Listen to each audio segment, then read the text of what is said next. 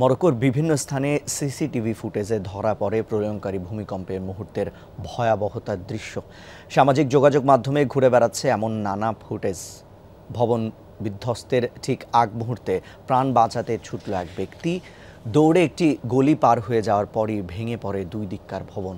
মারাকেশের একটি এলাকার দৃশ্য এটি। আরেক সিসিটিভি ফুটেজে দেখা যায় একটি রেস্টুরেন্টের ঘটনা। ভূমিকম্পে কেঁপে ওঠার পর দিদিক হয়ে ছোটে মানুষ।